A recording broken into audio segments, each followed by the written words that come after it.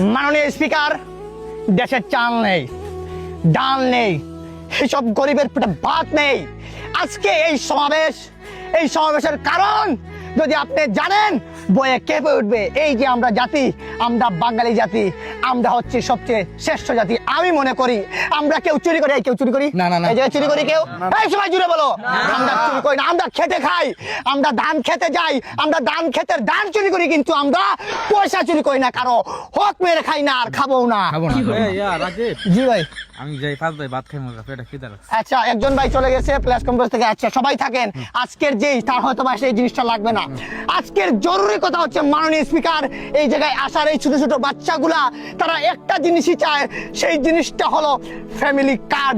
এইগুলা যদি আমাদের সবাইকে দেওয়া হতো তাহলে আমরা নিজে থেকে খুশি হতাম। আর সবাইকে যদি একটা করে বিধবা ভাতা দেওয়া হতো, আমরা সবাই খুশি হতাম। সবাই একজোড়ে হাত তুলেন। ছুটি নিন্দ না রে পার্কে কারাম কানবার।